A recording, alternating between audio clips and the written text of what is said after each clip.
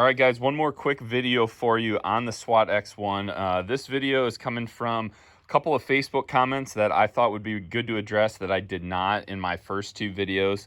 So one of those comments is some people wanted to see the new dead silent crank and kind of comparing it to the previous version dead silent crank. So this one right here, this is the new dead silent crank that is going to come with the SWAT X1.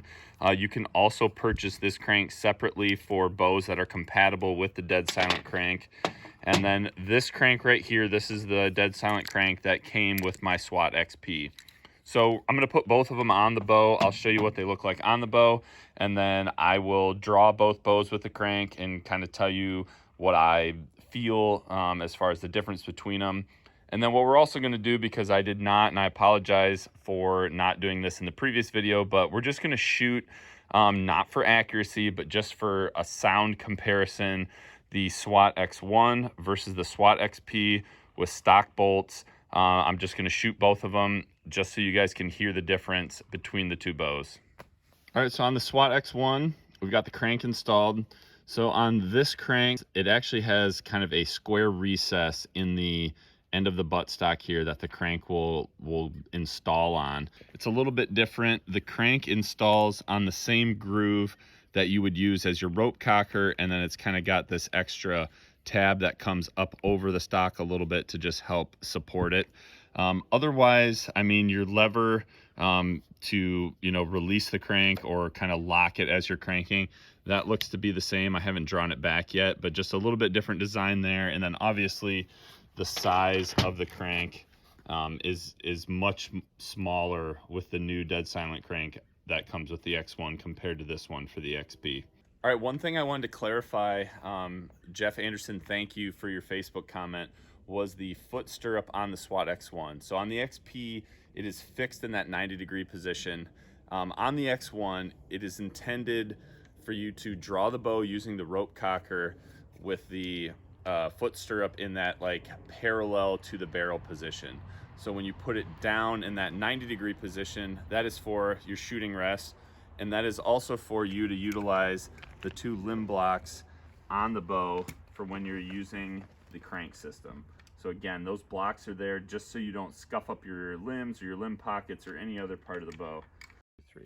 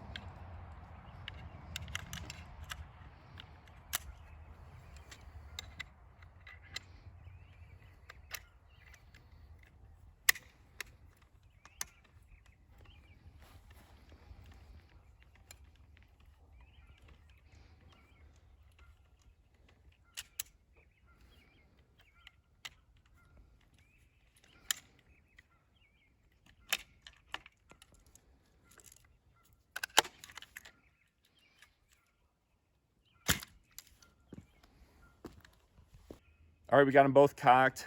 I'm just gonna shoot. This target's probably like 20 yards. Again, this is not for accuracy. I just want you guys to hear the difference between the X1 and the XP. So I'm shooting the stock hyper bolt. Again, that's 393 grains out of this bow. And then with the XP, it will be the stock hyper SWAT bolt. That's a 22-inch bolt. That's 400 grains. So basically, same bolt weights that come with the bow, just shooting for sound here. So this is the SWAT X1 first.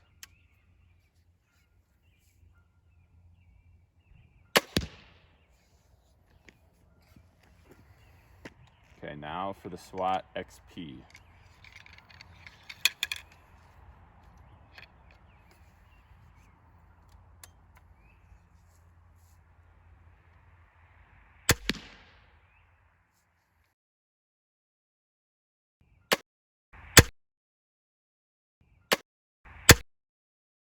All right, everyone, there you go. I hope that helped you out, seeing the crank side by side, as well as shooting the X1 and the XP side by side.